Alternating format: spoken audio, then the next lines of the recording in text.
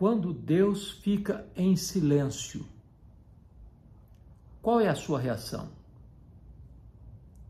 Quando você grita por socorro e a única voz que você escuta é o eco do seu desespero. Quando Deus fica em silêncio, como é que você lida com a sua dor? Quando você ora e a resposta não chega, eu posso lhe garantir que o silêncio de Deus grita mais alto nos ouvidos da nossa alma que o ruído mais barulhento das circunstâncias mais adversas. Entretanto, quando Deus está em silêncio, Ele não está longe, nem indiferente à sua dor. Quando Deus fica em silêncio, é porque, via de regra, Ele está preparando algo maior e melhor para a nossa vida. Às vezes ficamos desesperados, como os discípulos no mar da Galileia, que, em virtude de uma tempestade borrascosa, dos ventos fuzilantes que açoitavam o barco frágil, fazendo-o rodopiar no meio do mar, ameaçando-os de um naufrágio iminente, eles recorrem a Jesus, com a pergunta em tom de censura: Mestre, não te importas? Não vais agir?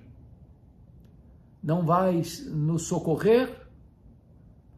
Não estás percebendo o perigo? Não vais nos ajudar na iminência da nossa crise mais medonha? Jesus estava dormindo naquele barco quando a tempestade se agigantou, ameaçando a segurança dos discípulos. Há momentos na vida que nos sentimos assim, ameaçados, encurralados por circunstâncias carrancudas, por acontecimentos medonhos, por sentimentos turbulentos e avassaladores. Parece que na hora da crise mais doída, da tempestade mais convulsiva, da dor mais atroz, da enfermidade mais dolorosa, do luto mais traumático, gritamos e parece-nos que só escutamos o eco da nossa própria voz. Esta é a situação de um José do Egito, que, ao ser odiado pelos seus irmãos, jogado num poço, tirado da cova, vendido para o Egito como escravo, fazendo uma viagem de 400 quilômetros a pé, carregando na alma uma dor alucinante, perguntas sem respostas, odiado dentro da sua própria casa e vendido como uma mercadoria barata, caminha para o Egito. Parece sem futuro, deixando para trás um pai aflito e carregando no peito um coração cheio de dor. Então, ele chega no Egito e é revendido. É apenas uma mercadoria. Quando as coisas começam a melhorar para ele, ele é traído, ele é acusado, ele é encarcerado, seus pés são metidos no tronco e ele passa a viver os tempos áureos da sua juventude no calabouço. Muito embora o texto bíblico não retrate as suas reações, mas imagino quantas perguntas, quantos gritos de socorro, quantas angústias rondaram a sua alma, quantos vendavais passaram pela sua mente. Quantas perguntas sem respostas. Ao ver os seus sonhos transformando-se em pesadelos. Quando Deus fica em silêncio. Mesmo o amigo de desventura, o copeiro do faraó, que saiu da prisão pela interpretação do sonho feito por José, esqueceu-se dele. Há momentos que parece-nos que convivemos com a nossa própria dor, somente com ela.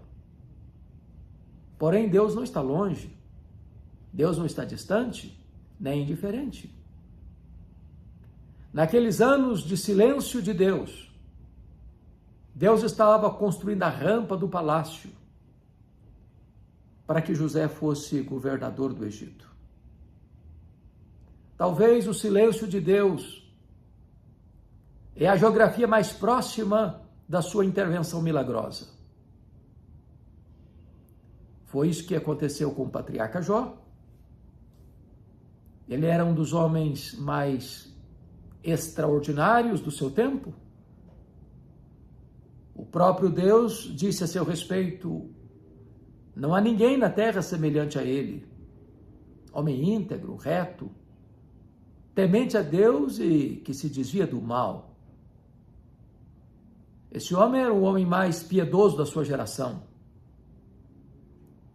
Ele era um homem íntegro, aquilo que ninguém via, mas Deus sabia. Era um homem reto e todos podiam perceber e notar. Era um homem temente a Deus, que é o princípio da sabedoria. Isso não é uma opinião, isso é o diagnóstico do próprio Deus. E esse homem vai enfrentar reveses na vida. Ele vai ser acusado por Satanás de servir a Deus por interesse, de só adorar a Deus porque recebe de Deus benesses. E então ele é acusado de ser um mercadejante da fé, acusado de que só servia a Deus porque era abençoado por Deus. O próprio Deus é acusado de ter que suborná-lo com bênçãos para receber dele adoração. E dentro da soberania de Deus e do propósito de Deus, o Senhor permite que ele seja provado, e provado duramente, mostrando para o mundo e para os pósteros que Jó era um homem que amava mais a Deus do que a riqueza, mais a Deus do que a família e mais a Deus do que a si mesmo. Este patriarca é golpeado nas áreas mais importantes da sua vida. Sendo o homem mais rico do Oriente, vai à falência, colapsa financeiramente.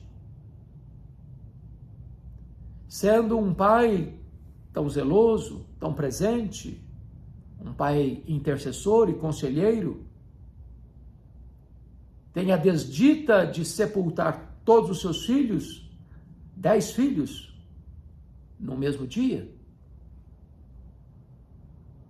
Esse homem que, a despeito destas duas desventuras tão gigantescas, ainda sofre o golpe de uma doença maligna que explode em seu corpo com feridas putrefatas do alto da cabeça à planta dos pés. E ele vai se transformando numa ferida aberta, uma carcaça humana, numa úlcera aberta. Seu sofrimento é atroz, sua dor não cessa, e ele vai ficando magérrimo, macérrimo, de couro furado pelas costelas em ponta. Seu corpo cheirava mal. Ninguém podia socorrê-lo, ele foi para o escoadouro, talvez de lixo da cidade, raspando as suas feridas com cacos de telha. sofre o golpe de não ter o apoio da mulher na hora mais aguda da sua dor, quando ela se insurge contra Deus. E diz para Jó: ainda conservas a tua integridade? Amaldiçoa a Deus e morre. E se não bastasse tantas coisas adversas, tantas cenas doloridas, tantas providências carrancudas, vêm os amigos de longe para consolá-lo. Porque estavam governados por uma teologia enviesada, sinuosa, deficiente, assacaram contra ele os mais pesados libelos acusatórios, chamando-o de ladrão, de adúltero, de louco, de ter se enriquecido por meios ilícitos, por roubar e oprimir órfãos e viúvas.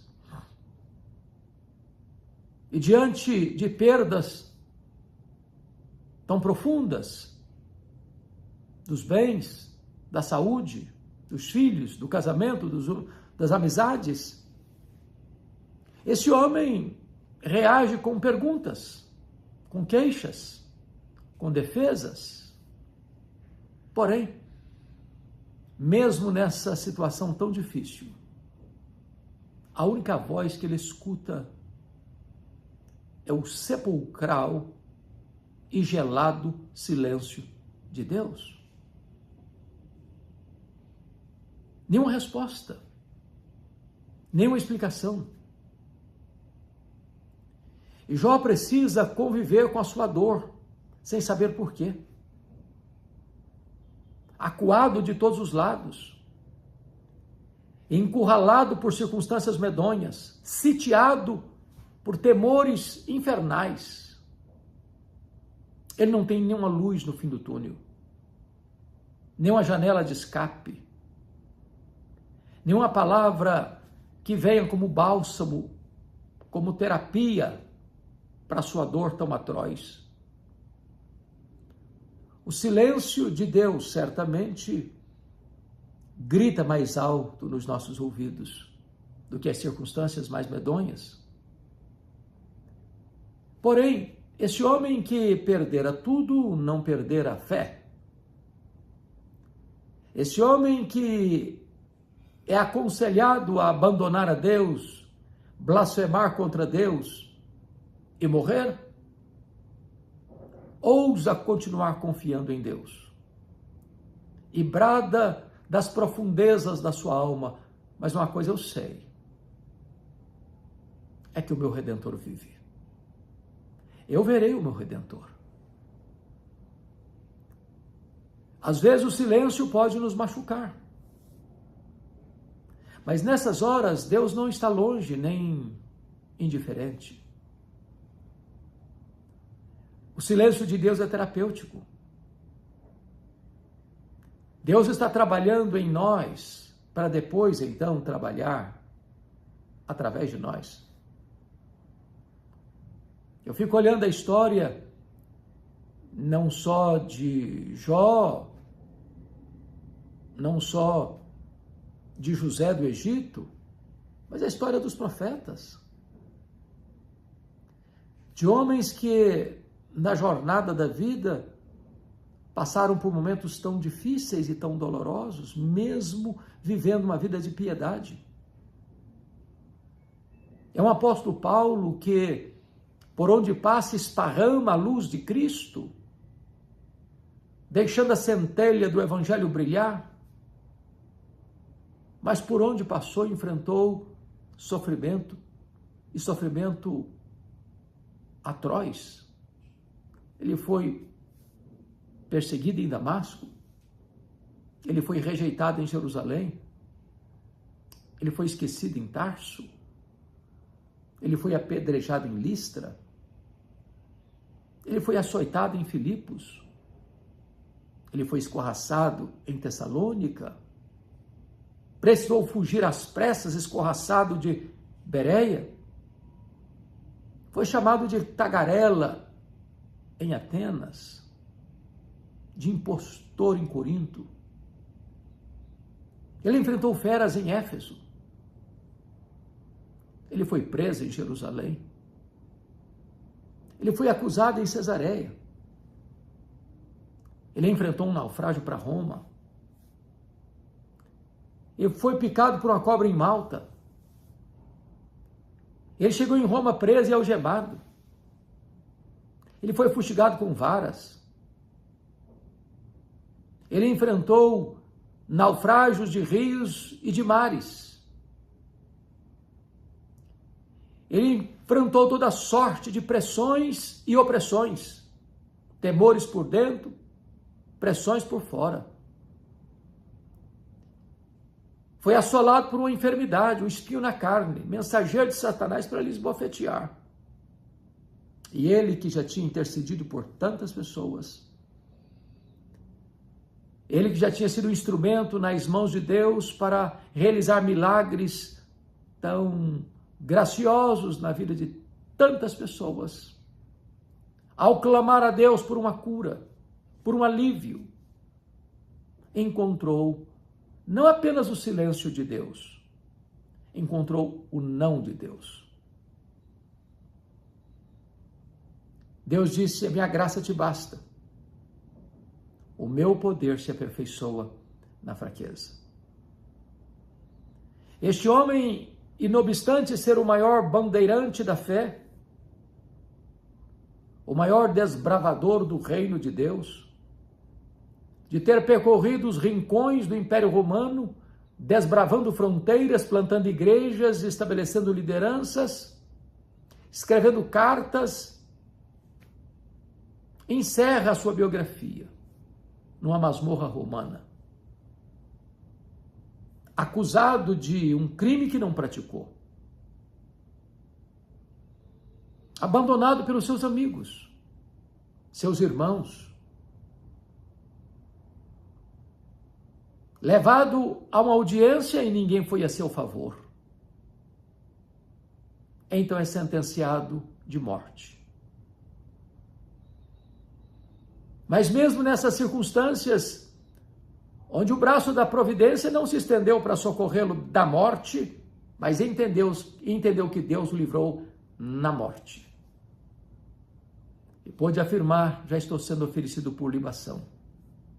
E o tempo da minha partida é chegado. Combati o bom combate, completei a carreira, guardei a fé. Já agora a coroa da justiça me está guardada, a qual o Senhor reto juiz me dará naquele dia, não apenas a mim, mas a todos quantos amam a sua vinda. O silêncio de Deus, o não de Deus, não deslustrou a sua fé, não arrefeceu o seu ânimo, não desidratou a sua esperança. Esse homem está entendendo, e já tinha escrito sobre isso, que a nossa leve e momentânea tribulação produz para nós eterno peso de glória acima de toda comparação. Já havia dito que os sofrimentos do tempo presente não são para comparar com as glórias por vir a serem reveladas em nós. De tal maneira que quando Deus fica em silêncio ou diz não à nossa oração, não é porque não nos ama, é porque nas circunstâncias da vida Ele nos fortalece para enfrentá-las.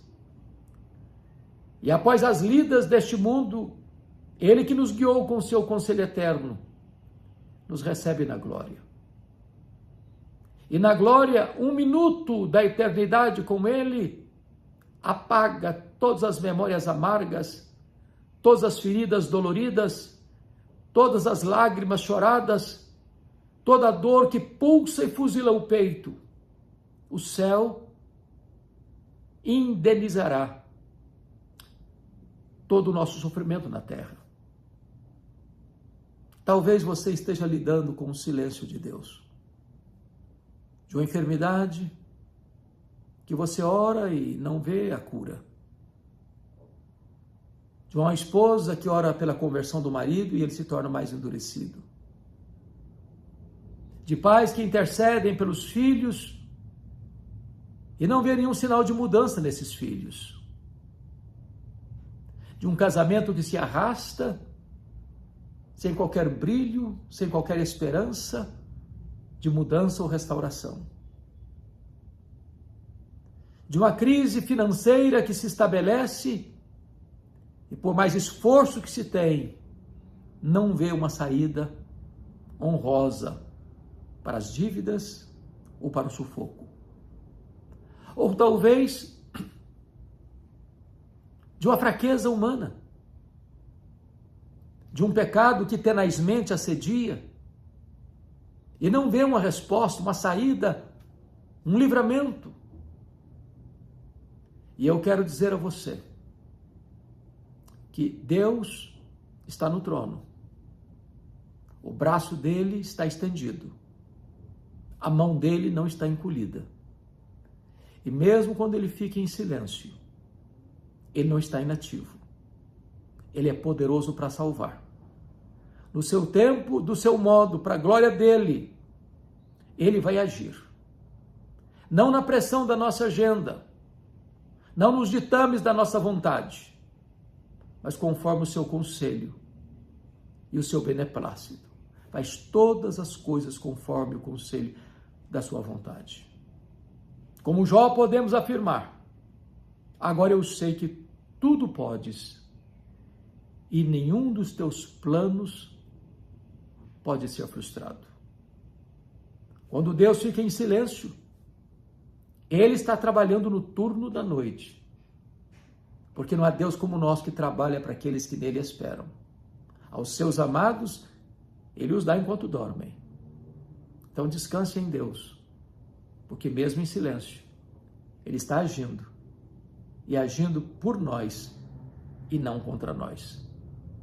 Para podermos então afirmar como Paulo, sabemos que todas as coisas cooperam para o bem daqueles que amam a Deus, daqueles que são chamados segundo o seu propósito. Se essa mensagem abençoou o seu coração, eu peço que você a compartilhe com os seus amigos, espalhando esta mensagem para tantas outras pessoas. Se você ainda não está inscrito no nosso canal, inscreva-se e nos ajude a levar esta mensagem aos rincões da nossa pátria e aos quadrantes do mundo. Deus abençoe sua vida. Fica com Deus.